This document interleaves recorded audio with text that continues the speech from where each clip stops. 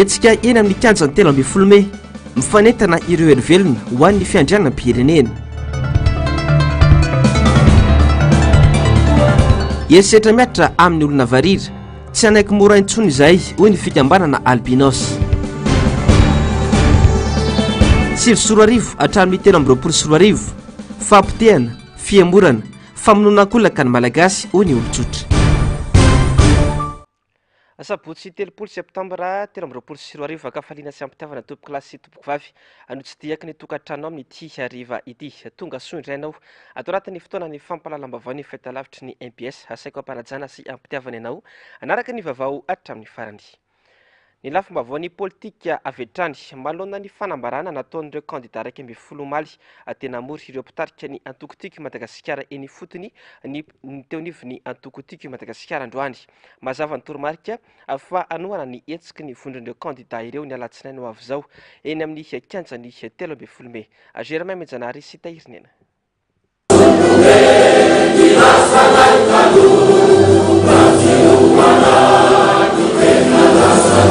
Any malagasy Madagasikara fa tsy any olona mizaka zao pirenena frantsay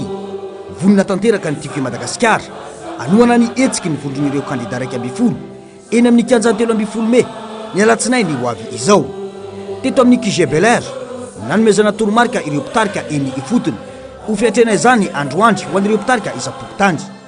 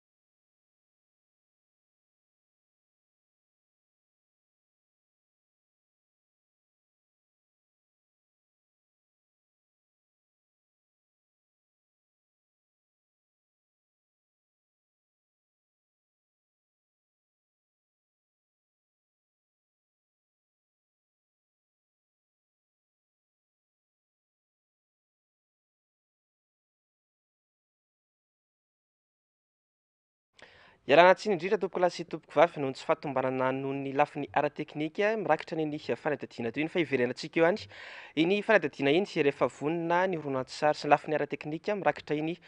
fanadadiana tetsy amin'ny QG Bel Air androany toy iny fatoizantsika ny fotoana ny fampalalam-bavao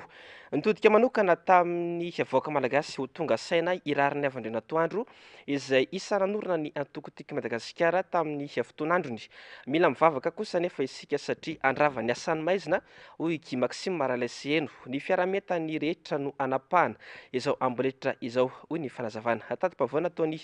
Germain Mejanary sy Tahirinena. Izay be no basy ainy ty hoy raharinay vo andrenatoandro androandry efa teo foana sika ary efa nitolona teto foana noho izany samy zanaky ny mpanefy ka tsy fampidera taimby any vahoaka ny fahefana ary izy no tompony fanapahan-kevitra farany amin'izay itondrana ny firenena. Sendra ny jiolam-boto ary tena je pèse mes mots ny vazaha tena jiolam-boto dia aloha fongorona ndray fandroany tompoko bola voniny zay fa miangavy antsika menakavy ndray zay niarantolona tamin'izay hitsangana ndray ary tombo ireo ankizy zay 10 taona angamba tamin'ny 2009 hiaraka hitolona amintsika ndray fa raha izao mitoy rapadango ataon'ireo tsy valary reo dia ho potika ty Madagasikara ty. Misy miteny hoe mitolona hono sika noho ny fifidianana ary dia taka manaraby any 1 ambin'ny folo na firy lahy moa zany zao hoe mitolona ho andry zareo andreo kandida reo a fa reo a de resaka fifidiana tsy tompoko resaka fifidiana io ihany fa torontsika io satria isika mantra sy tsika nona satria tsika zanatsika tsy mana avenir tena izy zany tolomantsika ho an'ty Madagasikara tia ho an'ny taranakitsika tsy ferana fotsiny amin'ny hoe amin'ny resaka hoe nationalité na ny resaka hoe ACCCNI sy ireo lalam-pifidiana akory iny natao hoe zavatra eo ny eo any tena na zavatra no ny adalan-jareo fa tena tolona ihany koa ho an'ny fanavotam-pirenena ho an'ny zanatsika ho an'ny avy zanatsika ho an'ny kibontsika ho an'ty firenen'ty ady ara-batana ara-tsaina ary ara-panahy no andrehantsika izao hoy kosa Igi Maxime Ralaiseny isika izay mijoro miaraka amin'ny kandida 1 ireo no hitondra fahazavana ho an'ny vahoaka malagasy. Tao anatin'ny 5 taona dia mahantra tanteraka ny vahoaka malagasy azo tsapaitanana zany isam-baravarana amin'izao tsika amin'ny teny zao dia mbola manao zay tiano atao ny manodidina n'Andriamatora Joelina dia ny gouvernemanta misy amin'izao fotoana zao sy ny mpamatsy vola azy dia Mamy Ravatomanga ny atsika tsotra ny adevitra eto amin'ity firenen'ity misy kandida 120 zay isaorana azy ireo mazava ny tanjona napetrany tsy mila vaza mitondra an'ity firenen'ity isika zay sa tsy zay mazava fa raha iroso amin'ny fifidianana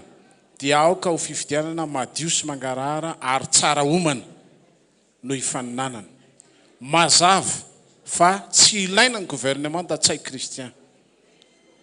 7 ora sisa raha misy ny fifanarahana ara-politika raha tsy misy ny fifanarahana ara-politika dia efa mazava eny amin'ny 13 mai amin'ny latsinainy ny antso ataoko dia zao no hoe kiondalana farany io ny kiondalana farany afahantsika tena mivoaka marina ao anatin'ny ziogan'ny fanjanatany io no afahantsika mivoaka ao anatin'ny ziogan'ny mpanjanatany maro ny adevitra maro ny hery politika maro samihafa na ny vola afafy amin'izao tsika miresaka zao mba hitazomana n'io fahefana zay mamindry zareo loatra io ny hery le retsy tsy maneho mifanahy noho izany mitsangana ary vahoaka malagasy mihitsy ny antso avy atao eto mitsangana ary vahoaka malagasy zay taranaky ny mpitolona ary tsy manaiky hoetim-bazaha ary tsy manaiky narovina tsy manaiky narovina eto amin'ity tanindrazana iombonantsika ity ka ny vazaha no mitondra sy hitantanantsika no mamfisin'izy ireo fa tokony anaoetsika tahaka ny eto Antananarivo avokoa ireo malagasy any amin'ny faritra ny fijoroan'ny malagasy rehetra no ahafahana manapaka izao fahoriana sy ny fanjanahana ankolaka any Madagasikara izao ho hiatrany izy ireo. Fandao toanatsika mpamboly lavanilina ny atsika ireo kandida 120 ireo hoy Rasombotra izay ponina avy any amin'ny fatrana Ranjorofo iny isan'ireo nitondra faisana ireo mpamboly lavanilina ary nizaka ny mafia noho ny fanjana ny vidin'ity vokatra ity izao ny fotoana ahafahana manapaka ny fijalian'ireo tantsaha mpamboly lavanilina ka samy afaka anondrana sy azo amatra lavanilina amin'ny vidiny aradrariny ny rehetra. Germain Menjanary sy Tahirinena Atrany.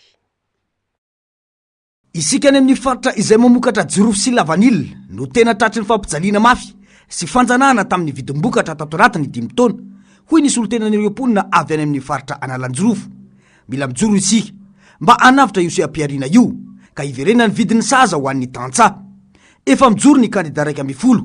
koa mila mijoro miaraka amin'izy ireo mba ho tombotsoan'ny malagasy amin'ny fivelomantsika hoy ny nambarany. Liagna amin'ity fandehan-javatra atao satria mahantra zay mifaritra avaratra agny raha tsy vidim-boko tsisy raha manjary efa hitiny raha tiam-pomboanjary anazy voalohany na tsika ivory azy tsika egny fa raha propagandy mety ho zavatra hafa mihitsy nisy eo tsy azo hiteny tsy azo nivoaka an-tragno atsika fa famoretan karaha an'igny satria regny ny système ny galinier kileny koragna takeo système mpanjanatany izy mbola verigna akeo ka dia matoky ny fahendrentsika sy ny rispo ka mandeha zay tombohiny afo tsy mihetsika zany hoe zay tsindromina afo tsy mihetsika ihany no mijanona any an-trano sisan'izay mandeha jiaby ary eto zay matoky anareo candidat 12 ary matoky koa zay manana solom-bavim-bahoaka sady tavy ny volony ary manana ny hery tsara afahagna miatriky zay fô zahay ndraiky hagnotro ary vogno hitarika any gasy ny tany atsika no andaminazy fanjanana no nazo ny vokatra lavanilina ho fiarovana ny tombontsoan'olo tokana izay akaiky ny mpitondro no aminona ny tantsaha malagasy nda ho ijoro fa fotoana izao ho iatrany ny efa nazavana koa satria efa vonina ny oronan-tsarotry mirakitra ilay fanadihadiana momba ny hetsika nataony antoko tima androany tetsy amin'ny fohy be toerany tetsy ampandrana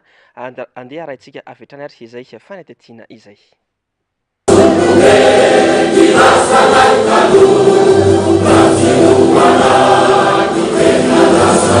any malagasy Madagasikara fa tsy any olona mizaka zao pirenena frantsay vonina tanteraka ny tiako i Madagasikara anoana ny hetsiky ny vondron'ireo candidat 12 eny amin'ny kianjany 13 Mey ny alatsinainy ho avy izao teto amin'ny QG Bel Air nanomezana toromarika ireo mpitarika eny ifotony ho fiatrena izany androandry ho an'ireo mpitarika isam-pokotandry aniza tsara Madagasikara aniza tsara Madagasikara fa amitsika amin'ny teny zao ary reny fietsika omaly reny misy tradition fa tsy atsika tsony Madagasikara eketsika sa tsy eketsika zany eketsika sa tsy eketsika zany noho izany dia tsy maintsy mijorotsika fa tsy avelatsika andeha ho azy zany maninona no miteny hoe reny fihetsika maly reny misy mitady ampiseho fa tsy atsika tsony Madagasikara fa misy mitady ampiseho fa an'olo tokany ty Madagasikara ty ahoana no anaketsika amin'izany fa maninona rehefa misy olona te hanao zay tiany atao na ivory izy eo amin'ny palais de sport na ivory izy ary amin'ny CCI na ivory izy any amin'ny terrain université mahazo fa maninona rehefa isika no ivory ny tsy avela ivory anizy Madagasikara efa nanome toromarika atsika ny candidat rehetra fa misy ny fampiresahana atao ary zay ny antony ivorintsika eto androany dia ny hoe ny teny ireo mpitarika atsika ireo fa misy ny fitakiana zay atao satria raha reny fihetsika omaly reny tsisy antony ny anaovantsika fifidianana no resahantsika eto ka raha ohatra misy ny afaka maneho hevitra misy ny afaka manao an'izay tiany atao eto amin'ny firenena kanefa ndraiky 12 tsy avela manao ninina tsisy fifidianana vanina eto efa mazava ny valim-pifidianana raha ohatra tsika irosy fifidianana raha zany noho izany misy tolona tsy maintsy ataotsika mialohan'ny fifidianana ary zay ny antom-pijorotsika rehetrarehetra eto ifanometoka ary ifanometanana ao anatin'izay tolona iombonan'izay tiana ihany no manamarika fa ny QG rehetra an'ireo candidat rehetrarehetra reo dia misy fivoriana toy izao ataotsika izao ifampizarana ny vaovao fotoana anehoana firaisan-kiny izao ho antena fahafahana mariny ilay tanindrazany ho faranantsika ny tsindrazolena ny fanaparam-pahefana ary ny fanaovana tsinotsinona ny vahoaka malagasy tao anatin'ny 20 taona izay zavatra anankiroa ihany ny tena fitakina nataotsika raha fehezina ny voalohany dia fanajana sy fikajiana ny fiandriana-pirenena rehefa malagasy dia any malagasy Madagasikara fa tsy any vazaha zay ny voalohany ny faharoa dia zao famerenana ny firenentsika ho tany tandalana fa tsisy olona amboniny lalàna eto amin'ity fireneny ity raha fehezina dia zay ny fitakiana ataotsika ary nanao antsoavitsika nandritry ny taona maro satria tamin'ny taona 24 ny flora valmanana tany Tomasina nefa niantso andao ifampiresaka andao anao concertation nationale mba hialana amin'ny zava-misy tahaka izao kanefa tonga amin'ny fitenin'ny tanora manao hoe misy miainy ve rehefa tsisy ny fampianona dia tsy maintsy tonga amin'ny zavatra ohatra izao isika tsy isika no nitarika an'izao zavatra izao ary tsy isika ny tompona andraikitra an'izao fa manoloana ny zava-misy kosa manoloana ny tsy fanarahan-dalana rehetra manoloana ny teritery sy ny famiretana hijery fotsiny ve isika tsy maintsy mitsangana tsika ary tsy maintsy mijoro anohatra n'izany tsirariny zany ka araky ny toromarika nomen'ny candidat atsika dia isy ny fionana zay ataotsika amin'ny alatsinainy zao eo amin'ny kianjany 13 mai rehefa ohatra ka tsy misy zay famalina ny antso zay ary hatramin'izao dia mbola tsy nisy ny valina ray ary zay ny mahatonga atsika mivory eto hoe tsy azo ekena kosa ny fitohizany zany satria mandeha ny fotoana tsy maintsy hijoro sika rehetra tsy ny antoko tima ihany no tairina ho an'ny tena fitiavatany razany koa ny sekretera jeneraly nantoko fa ny vahoaka malagasy manerana ny nosy mazava fa nininana mpahantraina hoy izy ny malagasy mba ahafana mametraka zarazara ho anjakana izay fotompisaina ny mpanjanaka tao anatiny 5 taona katroka izao nitodika manokana tany amin'ny mpitandro filaminana ny afatry ny filohan'ny vondrona parlementaire ny antoko tika Madagasikara androany aleo alanandrina toy izay alam-bahoaka hoy ny fanazavana raha ny angom-baovao dia solombavam-bahoaka manodidina ny 50 no tapa-kevitra sy mirahiny fa anohana ny etsiky ny vondron'ireo kandida 12 mitaky ny fifanarahana politika sy fanadiovana tontolo-pifidianana ka anao etsika eny amin'ny kianjany 13 Mei raha toka tsy mivaly ny fitakiana ireo kandida 12 ireo hatramin'ny maraina ny alatsinainy tsy misy mihemitra itsony eto satria fahafana no takiana taona maro no efa nitakiana fampidiniana sy nanaovana antsoavo saingy niny filoha teo aloha nanampitsofina mbola manana 27 ireo mpitondra ireo sy ny pombazy ikaroana vaolana mba tsy hatongavana eny amin'ny kianjany 13 Mei io manoloana zany dia miantso anareo vahoaka izay solombavam-bahoaka ifanometanana anavotana ty firenena ity nisy motion de censure nataonay tao tsy ekenay izany raha mbola reo olona reo nitondra tonga saina angamba zareo tao amin'ny président Sénat dia niverina tamin'ny teniny ka manoloana zay dia miantso atsika ary manasa atsika rehetra ny solombavam-bahoaka rehetra ny any amin'ny faritra rehetrarehetra ary mifanarana dia manompoka arapitso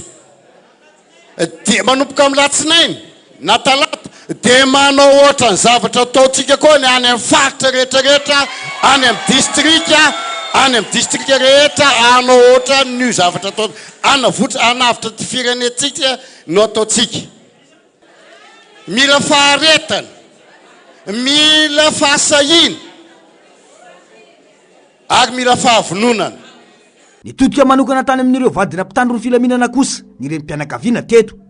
samy miatra fizaliana itsika koa andao iara hitolona hoy ny fanazavana manao antsoavo amin'ny vehivavy vadina zandary vadina miaramila vadina polisy ndao sika samy miaraka ijoro fa ny antony ijoroantsika dia ny hoan'ny hoavin'ireo taranakitsika rapitso sy rafakapitso ny atsika dia efa vita ny androany fa ny hoavin'ireo taranakitsika rapitso sy rafakapitso ireo no tsinjovintsika ka manentana raha mbola mahatsiaro tena hoe vehivavy reny mitsinjo no avy ny taranaka zanaka faramandimby dia entanina na itsy kosa ny filohan'ny vondrona parlementaire timy nandefa afatra ho an'ny mpitandro ny filaminana mitandremy anareo mpitandro ny filaminana aleoa alanandrina tozay alam-bahoaka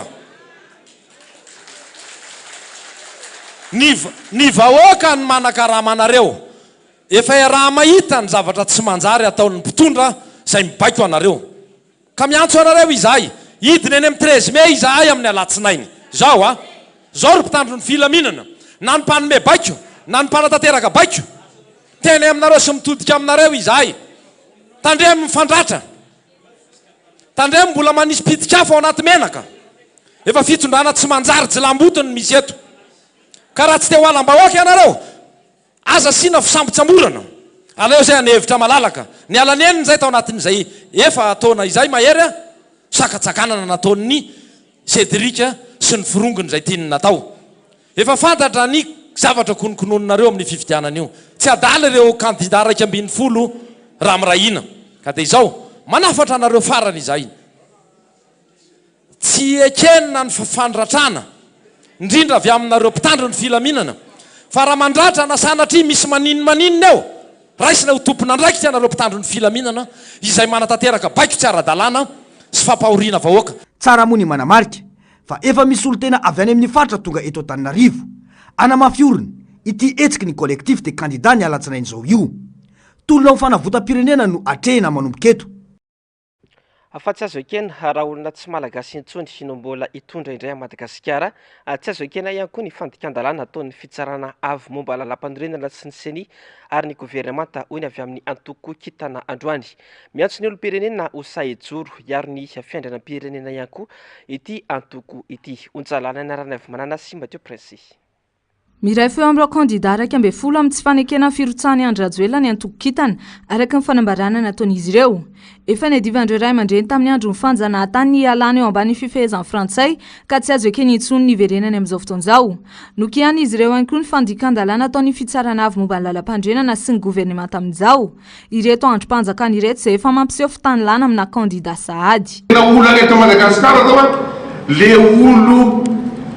manapotiky ny fandianam-pirenena arovany androm-panjakana arovany ACC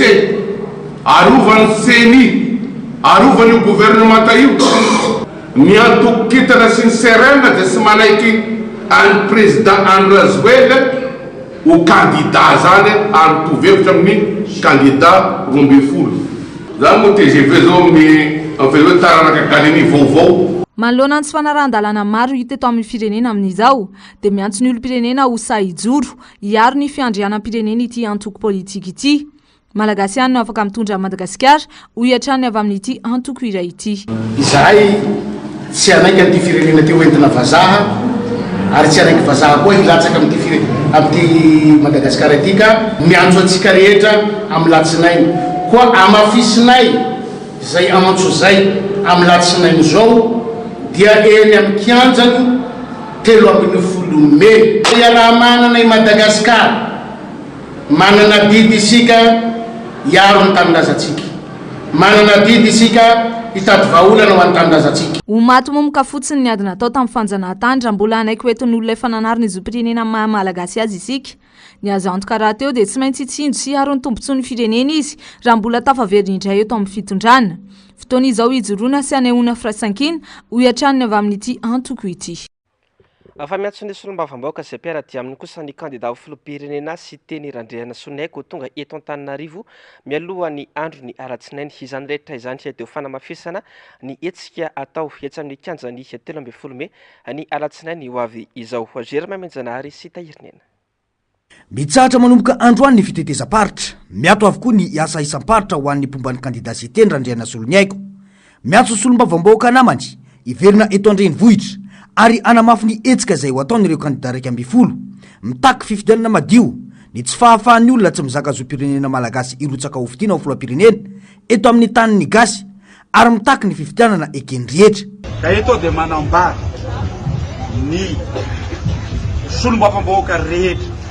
izay manohana azy miaraka amiko dia hiangaviana hampitsahatra ny asany any amin'ny distrika rehetra iverina any Antananarivo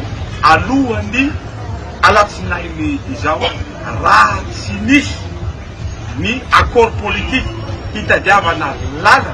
mba hafana mametraka ny fifidianana ho ekeny rehetra fifidianana madio ary ambarako hoe fa ny tenako sy tena Randriana Sonaiko sy ny solombavam-bahoaka rehetra miaraka aminy dia manohana hatsany ny rehetra fiadiavam-baolana ataony ireo candidat 12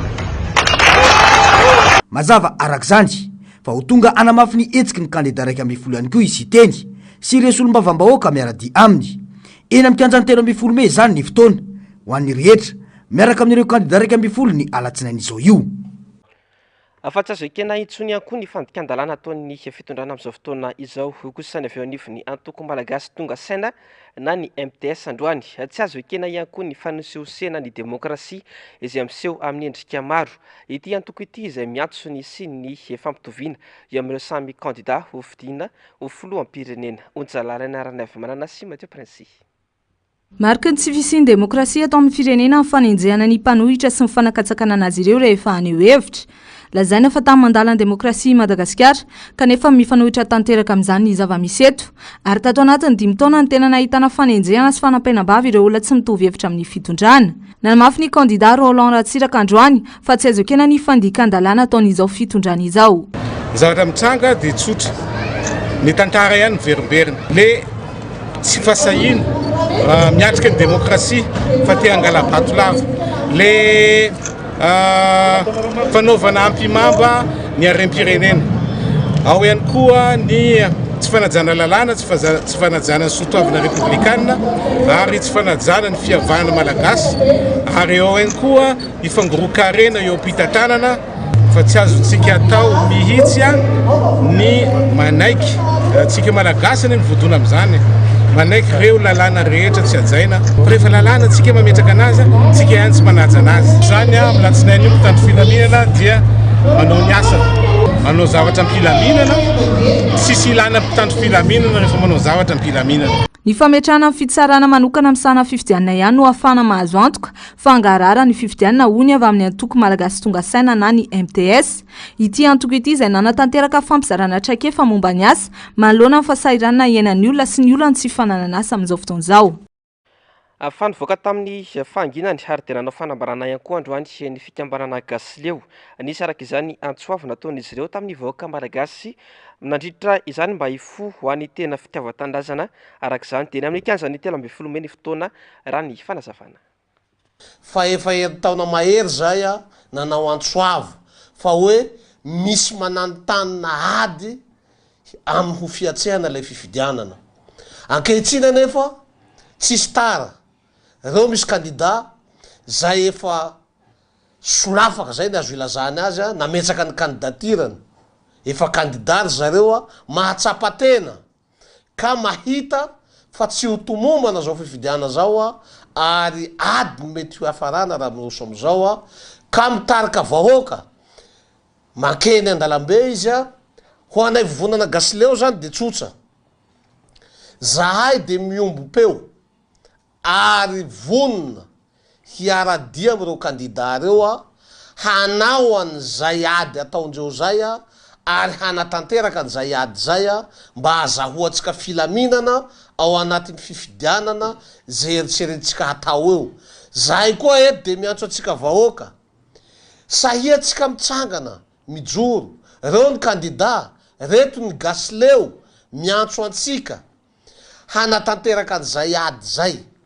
Ady tsy ho famotehana firenena ty ady ty fa hananjatana ny Madagasikara. Fa tsy ny mpanohitra no orava raha midina eny amin'ny kianjany 13 Mei efa ny fitondrana. Io kosa nambarany mpamakafaka politika Randriamamizafy Iniasa tamin'ity androany ity. Aradrariny raha teo ny firosoana amin'izany mahazo fototra ny fafana maneho hevitra ny fanaovana fifanarahana politika ihany koa no anisan'ny afahana misoroka ny krizy mety iseho eto amin'ny firenena aorian'ny ny fifidianana onjalanana rany avy manana sy Mathieu Prince. Raha tantara izay fitondrana rehetra ka nidina ny vahoaka teny mikianja ny 13 Mei dia rava avetrany. Fomba farany eny ny vahoaka ny heviny sy izay maharary sy manahirana azy ny fidinana eny amin'ny arabe ny fahaleovan-tena. Tsy ny mpanohatra no rava raha misy ny fidinana arambe fa ny mpitondra ary manam-pirovizany ny tantara. Zofotra raha teo ny fahafana maneho hevitra ka radrariny tanteraka raha manao izany ireo vondron'ny candidat indrindra manoloana sy fanarahan-dalàna maro misy amin'izao fotoana izao. Eto ambonin'ny tany tsy misy mpanohitra nidina an-dalambe dia rava ny mpanohitra fa ny fanjakana misy no rava ary 13 Mei io rehefa midina eny an-dalambe ny mpanohitra midina eny 13 Mei ka nitifitra eo nareo na olona ray fotsiny ary mateo rava nareo zay fa ianao fanjakana no rava anatin'iny ihany zay nisy 72 voan'izay 91 voan'izay 2002 voan'izay 2009 voan'izay dia 2018 voan'izay dia ty zany 2023 tonga eo amin'ny antsona hoe point culminant zao ny TGV nareo ny point culminant zany rehefa tonga ny faratampony zavatra anankiray dia tsy maintsy mikototana midina ny ambany any ray iny. Azo atao tsara ny manala ny candidat tsy manara-dalàna tsy fisandreo fidiana amin'ny fifidianana filoham-pirenena intsony amin'ny alalan'ny jurisprudence. Tokony atao madio raha teo ny kianjo ilalaovana atongavana amin'ny fifidianana madio sy mangarahara ary ekendrehetra. Efa nisy jurisprudence teto Madagasikara nge zany tamin'ny 2013.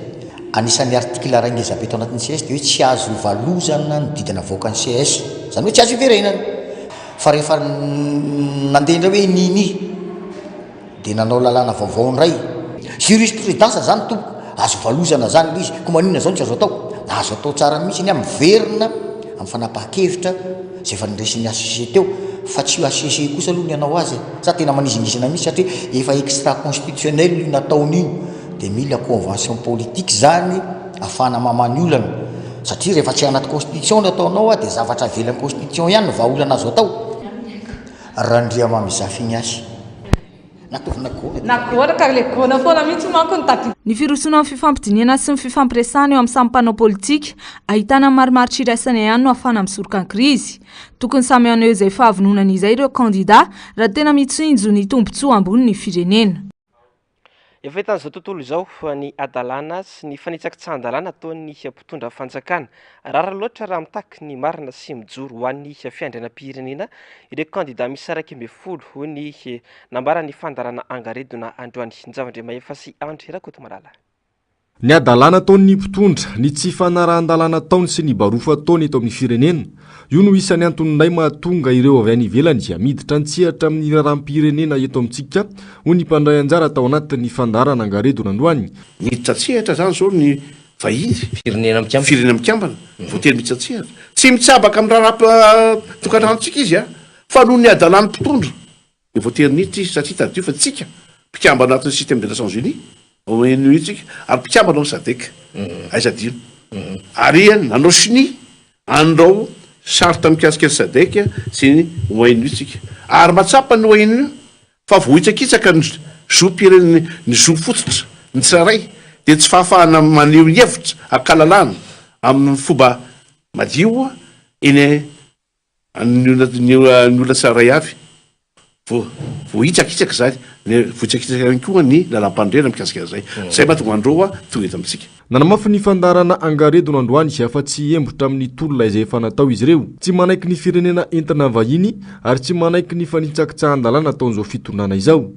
raha tsy hita ny vahaolana dia amin'ny alatsinainy ho avy izao ny fotoana eny amin'ny kianjany 13 Mey. Mitotonga ny fiainan'ny malagasy noho ny fitantanana gaboraraka fahampotehana famonoana ankolaka ny malagasy no misy ankehitriny araka ny fanamikevitra ireo olom-pirenena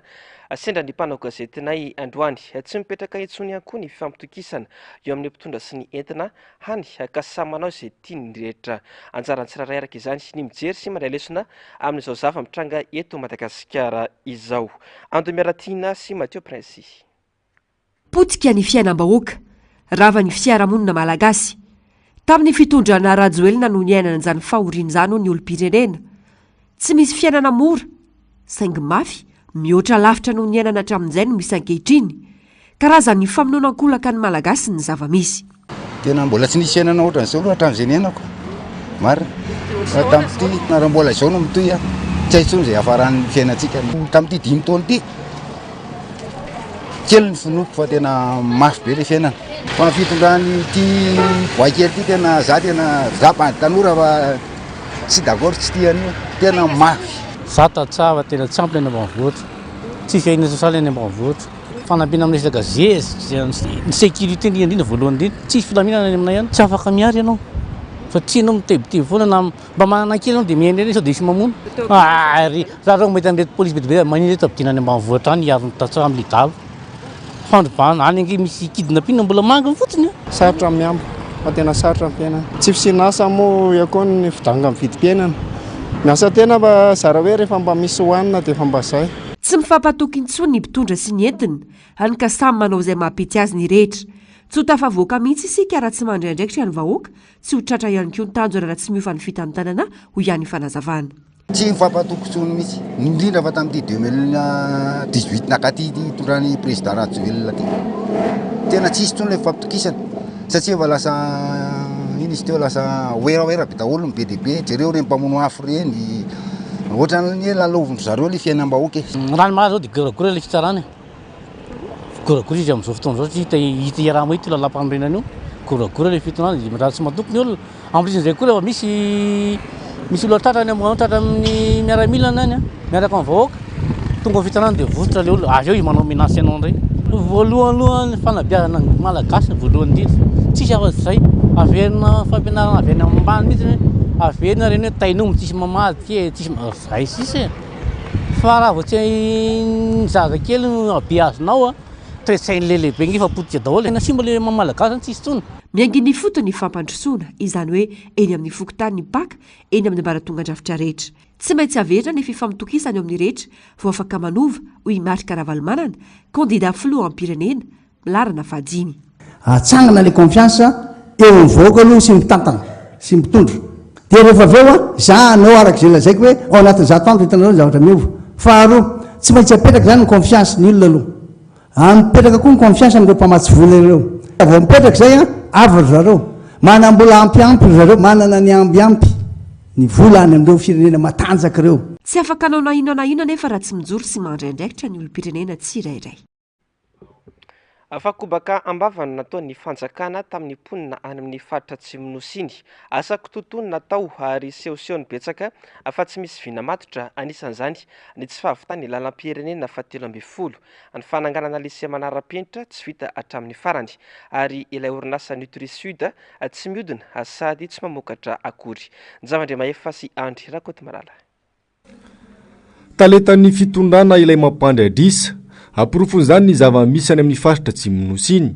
haingo tanàna sisa ilay orinasa Nutrisud izay nolazaina fa amatsy sakafo ho an'ireo mponina any an-toerana tsy mihodina ity orinasa ity ary tsy misy asa mandeha ao anatiny raha ny fidinana ifotony nataony ny solombam-bahoaka fetra lamozafo-mololona tany an-toerana ny herinandro lasa teo toy izay ihany koa ity lycée manara-penitra ity ny antony teo ny asa fanamboarana ary ahina efa irodana indray aza ilay amfiteatra ny lalam-pirenena fahatelo amby folo fa dia mbola tahaka izao hitantsika amin'ny sary izao atsaroana tsara nefa ny vava ny filoha teo aloha Rajoelina tamin'ny taona 2024 nilaza fa tsy hanao politika intsony ny tenany raha toka tsy vita ity lalam-pirenena fahatelo amby folo ity raha fihezana dia fitaka sy fampanantenana pokaty ireny natao ireny Amitoy kosa ny fizarana sy ny fakana ny kara-pifidianana iny anivon'ny fokotany amin'izao fotoana izao. Misy anefa ireo naka kanefa tsy nazo na dia efa voasoratra anarana atao anatin'ny pifidianana zany anarany. Misy kosa ireo tsy afaka makakaratra mihitsy noho ny tsy fisiny ny fotoana. Mangataka malona izany ireo mpifidy mba hanamafisana ny ezaka fiteteza-trano amin'ny fizarana izay karatra izay. Ando Miaratina sy Mateo Prince. Ankoatra ny fisin'olona efa maty aman-taonany sy ny findramonina mbola maso kara-pifidianana, misy ireo tsy nahazo mihitsy na efa voasoratra tamin'ny fanavaozana manontolo ny lisy-pifidianana azy. Tsy vitsy ihany koa ireo nahazo karatra maromaro. Tranga izay misy eo amin'ny fokotany maro eto Madagasikara ireo. Manay araka izany olom-pirenena fa tsy afaka aneo ny safidiny malalaka raha tsy mahazo io karatra io. Misy amin'ny fokotany ihany koa no tsy mitety trano mizara izany, kanefa mbola manakatona birao ihany koa rehefa andro tsy fiasana, ahafahan'ny olona maka izany eny amin'ny birao pokotany. Hoe karoana any amin'ny fokotany nefa izay tsy manam-potoana fa izay koa mbola miasa. Mihidy ny fokotany rehefa amin'ny fotoana tsy fiasana ny alahady reo. Miandry izay mizara anazy aloha izany aloha izay etreta. Teto any mba misoratsa ny fokotany aho. Dia tsy haiko hoe manao akory tsy hitako tsy nahazo an'izao izay anjahana ta raiky. Misoratsa ka nisoratsa anarana fa tsy nahazo hatramin'izao. Izay raha any mivady tena tsy nasy izay mivadika. Sady mbola tsy nahita olona nizarany zany manodidina any ty ohatra hoe loatra anany ato hoe dia mba tia nianina anareo mbola tsisy aloha izay hatramin'izao tsisy. Nefa ohatra misy mandeha ny vaovao hoe efa 70% ny mahazo haniny nahazo karaha fidianana hatramin'izao hoe zavatra hitako zany. Misy nahazo aloha fa misy mbola tsy nahazo. Zany hoe ny anarana anaty fokotany fa le anarana avy any amin'ilay kara-pifidianana tsy hitany sasany ny tsy tonga aty aminay zany. Dia izay mahazo moa zany mifidy, tsy mahazo tsy mifidy. Efatra izay ny eo dia ndro nahazo dia ndro tsy nahazo. Izay mantsierevana ny anarana fa ny kara-pifidianana tsy hany. Ho any ety amin'ny fokotany angarangarana, nizotra raka ny tokony ho izy ny fizarana karatra. Kara-pifidianana 2,000 amin'ireo olona nisoratra anarana manodidina ny 4,000 no efa voazara tamin'ireo sektera 4 ao anatin'ny fokotany. Mitoy ny fizarana izany eo amin'ny birao pokotany, manaraka izany ihany koa ny fitetezana tokantrano. Tao rehefa nidinihana izany taon'ny kara-pifidianana dia tsy nisy hoe double, tsy nisy hoe maty na hazo, fa voasoratra daholo olona tao anatiny. Anatin'ny fifidianana zany izay olona maketo. Fa rehefa nisavaina isana zany izy tena juste amin'ilay olona tena voasoratra anatin'ny lisy-pifidianana tsy nahazo. Ny kara-pifidianana tonga taminay zany ny 2024. Efa navita ny amin'ny 2,000 any zany. Ny zavatra entina dia ny kara-panolon'ilay olona. Zay zany ny entiny mahazo ny kara-pifidianana izy dia manosiny amin'ny boky. afatara izy marina naka ny karapifidianana amindray mba tsy sinny zavatra anariny hoe taty zay efa tsy nazo karapifidianana dia zay ihany zany a no entiny eto tsy tokony atoritory olom-pirenena mila manantona fokotany mijery ny anarana ary maka ny karapifidianana fana mandatsabato amin'ny 7 novambra izao intanina trany ihany koa ny rehetra asay torka sy laza ireo tsy fahatomombanana hita mba hananana fifidianana madio sy mangarara fananao fanambarana ny fikambanana albinos Madagasikara manoloana ny raharam-pirenena ankehitriny izay mifandraika amin'ny fiainan'izy ireo mbola mitohy hatrany mantsy ny herisetra mianjady amin'ny olona manana toetena varira hatramin'izao ankanefa ireo raharam-pitsarana mahakasika ireo tranga teo aloha mbola tsy misy mitohy na tsy aro tena ho tsiraray ny fanjakana izy ireo kananipiteny ho an'izay ho mpitondra vaovao izay ho avy eo ny fikambanana mba hijerena akaiky ny momba azy ireo ny efa sy andry rakoto malala tsy mety vita hatramin'izao ny asa ratsy sy ny herisetra ataon'ireo jolahy amin'ireo olona manana toetena varira ny talata lasa teo azazalahy kely varira heritaona sy tapany indray anonalain'ny jolahy ankeriny tao amin'ny fokotany Morarano commune Kilizato distrika ny Mahabo faritry Menabe dimy andro aty warina mbola tsy hita popoka io zazalahy kely io ka anaovan'ny fikambanana albinos Madagasikara antsoavo amin'ny mpiarabelona sy amin'ireo tompon'andraikitra maefa isa-tsokajiny mba hiara isalamy ny fitediavana io zaza io manentana ny mpiarabelona ny hery ny akolafikery rehetra ny olotsotra ny olom-pirenena rehetra mba hanampy anay anome ny hery hikarakarana hanampina hitadiavana vahaolana ho an'ny tsy fandripalemana fa indrindra ilay zaza zay mbola tsy hita hatramin'izao miantso tolotanana zay mba hitadiavana farak'izay aingana fa dia mitaintaina ny fianakaviana ankila bao tanteraka izahay tsy misy mpiaro izahay ary veranjavony fotsiny ny ezaka sy ny dingana maro samihafa efa natao hatramin'izay ho ny fikambanan'ny albinos Madagasikara androany raha naneo ny heviny mikasika ny fiarovana azy ireo ny tena mahakivo izy ireo dia tsy misy toy ny akory ny raharam-pitsarana mikasika ireo olona voasambotra sy voapanga ho manao izany asa ratsy izany anisy araka izany ny afatra mafonja nentin'izy ireo amin'ny mpitondra fanjakana sy izay mpitondra vaovao avy eo reto zay dia mampafantatra ny mpitondra misy ankehitriny sy izay mpitondra zay mbola ho avy filoha vaovao zay hitondra eo fa tsy ekehina intsony ary tsy andeferany eo aniva fikambanan'ny albinos Madagasikara intsony ny raharaha tsy fandripalemana ho an'ny olona manana toetena variry ary angatanay ny amoahana ny marina rehetra sy anohizana hijerevana akaiky andreo raharaha-pitsarana ho an'ireo olona manana toetena variry tsy ny fikambanana albinos ihany fa samy tsy anaiky mora ny herisetra sy ny trangana tsy fandripalemana miaritra amin'izy ireo ny fianakavian'izy ireo sy ny manodidina azy raha ny fanambarana trany ny fahafaranana androany 3 septambra ny iray volana edina ho amin'ny Alzheimer tamin'ny alalany hetsika ara-panatanjahantena nataon'ireo manaraka fitsaboana no nentina nanamariana izany efa marobe raha teo ihany koa ny hetsika fankalazana nandritra n'ity volana ity Antomiaratiana sy Mathieu Prince na dia efa 100 taona lasa zany no ahitana voalohany aretina Alzheimer tsy mbola fantatra ny tena antony sy ny fanafodiny manasitrana ity aretina ity mandrakandroany tsy misy araka izany ny fisoroana azo atao fa ireo tranga mandrisika no azo lavirina tsy atongavana amin'izany na ireo tranga mitovy amin'ny Alzheimer misy 12 ireo tranga mandrisika nisan'izany fifohana sigara izay voapirofo fa manimba aingana kokoa ny lalandra sy ny sela ny atido eo koa ny tsy fampina torimaso izay mahaosa ny fitadidiana sy ny fifantohana ankoatra ireo ny fisotrotoka ny rivotra maloto ny karazana aretina toy ny fikorotana ny siramamy na ny diabeta ny fikorotana ny tositra ny atavezana ny ratra amin'ny loha na ny dona mafy mety mahazo amin'ny loha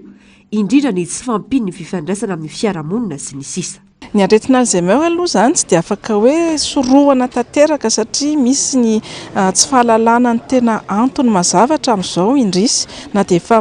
taona maro efa 100 taona maherina ahitana an'io aretina io tsy mbola fantatra mazava ny tena hoe antony mahatonga azy ny fisorohana azo tenena angambany dia tsy ho an'ny aretina Alzheimer ihany fa atao hoe ny aretina Alzheimer sy ny aretina toazy amin'ny ankapobeny dia misy ny tranga mandrisika na facteur de risque zay azo alavirana misy karazany maro ny fandraisana antanan'ireo marary ny Alzheimer na ireo olona manana aretina mitovy aminy manampibetsaka ihany koa ny fanaovana fanatanjahantena toy ny tenisy ambony latabatra. Manampy be dia be amin'ny fitaizana ny vatana, fitaizana ny saina ary indrindra ihany koa ny fahafahana manoya, izany hoe fifandraisana amin'ny olona zany. Anisan'ny tranga mandrisika manko ny atao hoe fitokamonina izay mpahazo matetika ny olona izay atao hoe tafiditra amin'ny fotoana fisotrondronono ka ohatra hoe tsy nanomana loatra ny zavatra tokony ataony ao aorianan'izay fisotrondronono izay dia lasa mazana tokamonina satria tsisy olona tsony ao an-trano karakaraina, ny asa tsy misy atrehana tsony dia mampirisika zany zahay andreo olona rehetra ary tsy ny zoky olona ihany fa ny atao hoe zandrizandrony kokoa mba ahita karazana hetsika na fanatanjahantena kely toy izao izay tena manampy be dia be amin'ny hoe fanalavirana andreo tranga mandrisika ireo. Nofaranana tamin'ny fomba ofisialy androany iray volana maneran-tany adina amin'ny Alzheimer. Tsy aivina, etsika maro no nanamarian'izany teto Madagasikara tamin'ny alalan'ny masoandro mody nanomboka ny 9 septambra lasa teo. Ny fantoka betsaka tamin'ny loha hevitra manao ny hoe tsy diso alo loatra, tsy mbola tara loatra, alaviroden'izao ny etsika rehetra. Lafim-baovao finoana indray ny mentionnaire Gustavo Bombay Espino no fantatra fantendren'ny Papa François ho artsevêque vaovao ho an'ny Toliara rahampitso alady no andraisana azy ara-pomba-piangonana any antoerana. Eveka ny mainty rano izy talohan'izao ary izy no nitondra ny diocèse-ny Tsiromandidy. Efa administratera apostolika Vonjimaika atao amin'ny diocèse-ny Mahajanga ihany koa ny tenany tamin'ny taona 2012. Efa tamin'ny taona 2013 kosa ny tenany no fantatra fa voatendry ho eveka. Amarana antsika ny vaovao amin'ity alina ity mbola maro toerana mahafoloan'ny teteza mitazy ao Burkina Faso ny kapiteny Ibrahim Traoré nambara mazava fa tsy mbola maika amin'izany fifidianana izany ny firenena ary fantatra fa dia manohana izany ihany koa ny vahoaka mpanaradia azy. Zavandriamaefa sy Andry Rakoty Malala. Tsy lahara-pahamehana ny fifidianana fa ny fandrimpahalemana no mila atao tsara pitraka aloha. Io no fanambarana nataony ny filohan'ny tetezamita ao Burkina Faso ny kapiteny Ibrahim Traoré omaly nandritra ny tafa nataony tamina haino manjery iray. Milaza ny anova amin'ny ampahany andininy vitsivitsy ao anatin'ny lalam-panorenana kosa ny tenany mba hahafahan'ireo olom-boafidy maneho ny heviny sy hitondra ny anjara birikiny amin'ny fiainam-pirenena ao Burkina Faso. Vahoaka marainkoa no nidina an-dalambe tany an-toerana omaly zoma. Manohana tsy misy fepetra io fitondrana miaramila io izy ireo ary mitaky izay fananganana lalam-panorenana vaovao izay. Ataorian'ny fialan'ny tafika frantsay tany Burkina Faso dia nirona kokoa tamin'ny Rosiana ity firenena ity. Azo lazaina ho niena ihany koa ny fanafiana nataon'ireo jihadista hatramin'izay.